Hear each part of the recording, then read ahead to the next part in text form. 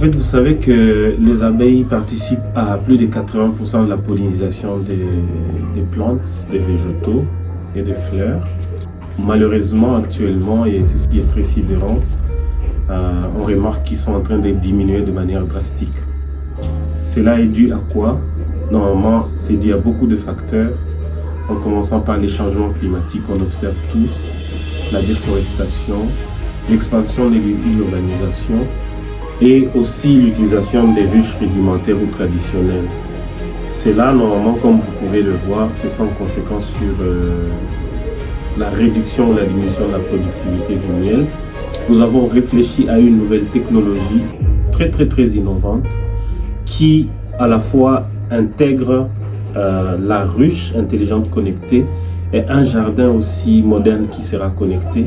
Ce que nous avons développé en fait, c'est une ruche intelligente, 100% éco-design. Et la ruche en question, en fait, elle intègre un réseau de capteurs qui sont basés sur le concept d'Internet des objets. Et ces capteurs, en fait, nous permettent d'avoir la température à l'intérieur de la ruche, l'humidité, les sons, mais aussi la géolocalisation.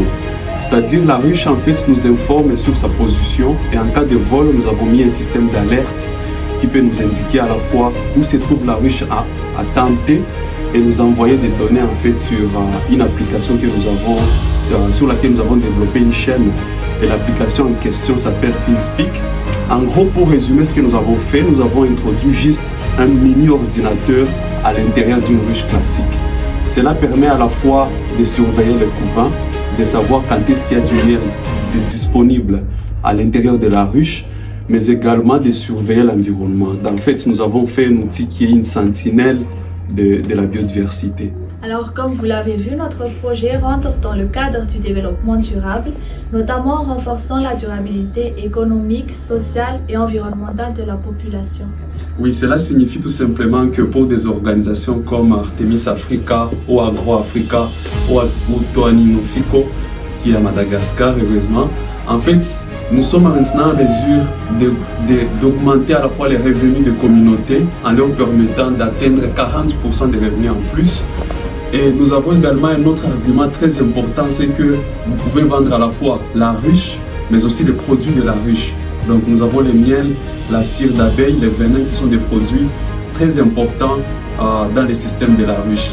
La durabilité sociale signifie tout simplement que pour la première fois, en fait, nous sommes en mesure de proposer un outil technologique qui peut à la fois protéger l'environnement, mais également assurer la cohésion sociale entre les communautés.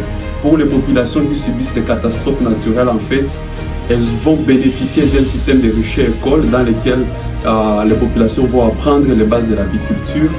Nous avons à la fin le volet environnemental. C'est un tiers de notre alimentation qui dépend des abeilles. Et aujourd'hui, notre ruche en fait est à mesure de conserver à la fois une nourriture pour les abeilles, mais aussi un aspect environnemental très important pour leur rôle de pollinisateurs. Alors, ce projet CFB for the Future qui te fait à la fois devenir un acteur de développement et un acteur économique.